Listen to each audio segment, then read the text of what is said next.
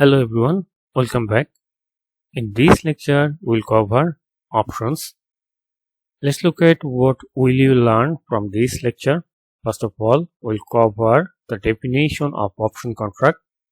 Then you will learn about some key option terms. And finally, we'll learn how to find out payoffs of option contract. Let's look at what is meant by options. An option is a contract which gives the right to its owner but not the obligation. Once again, an option contract gives the right to its owner but not the obligation to buy or sell an underlying asset at a fixed price on or before a given date. Over here, the fixed price means the exercise price or a strike price, and the date means the expiration date or the exercise date. There are two types of option: call option and put option. A call option gives the right to its owner but not the obligation to buy the underlying asset by a certain date for a certain price. Over here, the certain price means the exercise price or the strike price, and the date means the exercise date or the expiration date. On the other hand, a put option gives the right to its owner to sell the underlying asset by a certain date and for a certain price. So, call option is to buy and the put option is to sell. Future contract and forward contract do not have any cost, but the options have some sort of cost which is known as option premium. So the buyer of the option need to pay the price, and the price of the option is called option premium. There are two types of option: American option and European option. If it is an American option, the option will be exercised on or before the expiration date. If it is an European option, the option will be exercised only on expiration date. So, American option provides more flexibility to the buyer of the option because the buyer of the option gets the flexibility to exercise or use the option on or before the expiration date, whereas expiration date or the exercise date for European option is fixed. The option cannot be used before or after the date. It has to be exercised on a fixed date. Let's look at an example of call option. Here is an example of a call option on a share of Microsoft. The exercise price is $20. So we know that call option gives the right to its buyer to purchase an underlying asset at a fixed price. So over here, the exercise price or the strike price of this Microsoft share option is $20. So if the buyer of the option wants to buy the share, wants to use the share, the buyer of the option has to purchase the share of Microsoft for $20. And there is also an option premium which is $5. Now let's look at the current stock price which is $11.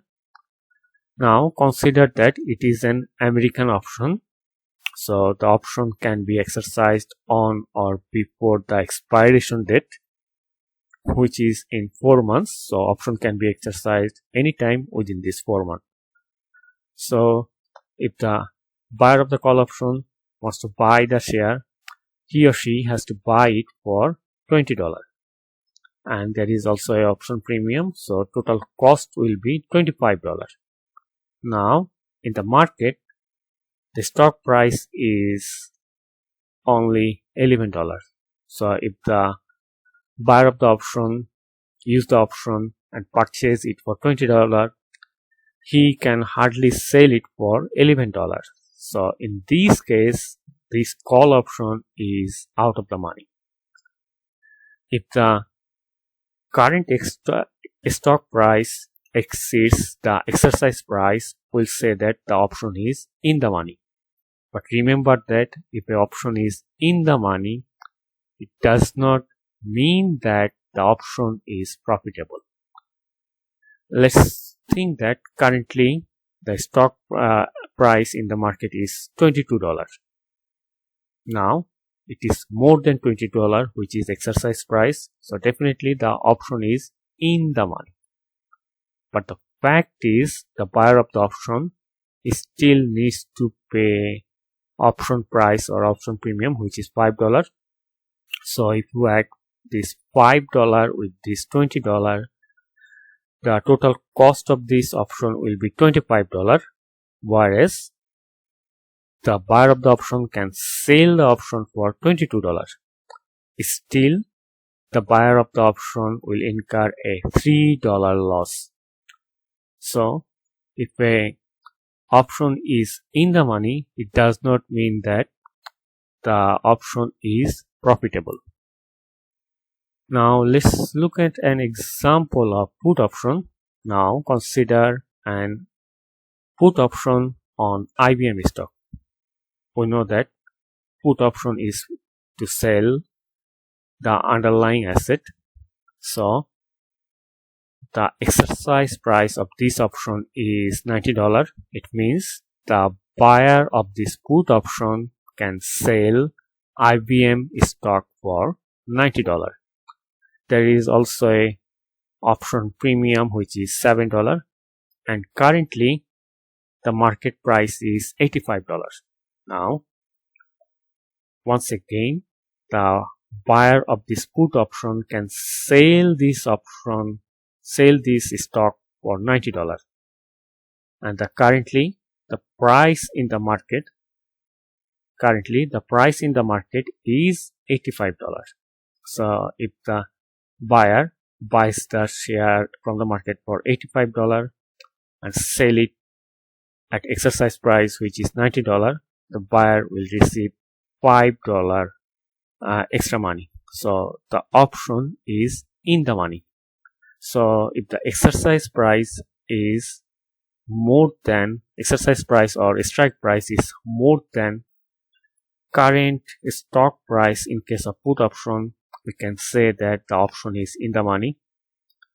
In this case as well, if the option is in the money, it does not mean that it is profitable. So the exercise price exceeds the current stock price by $5. Still, the option premium is $7. Though the exercise price exceeds the current stock price by $5, the option premium is $7. So still the buyer of the option will incur a $2 loss.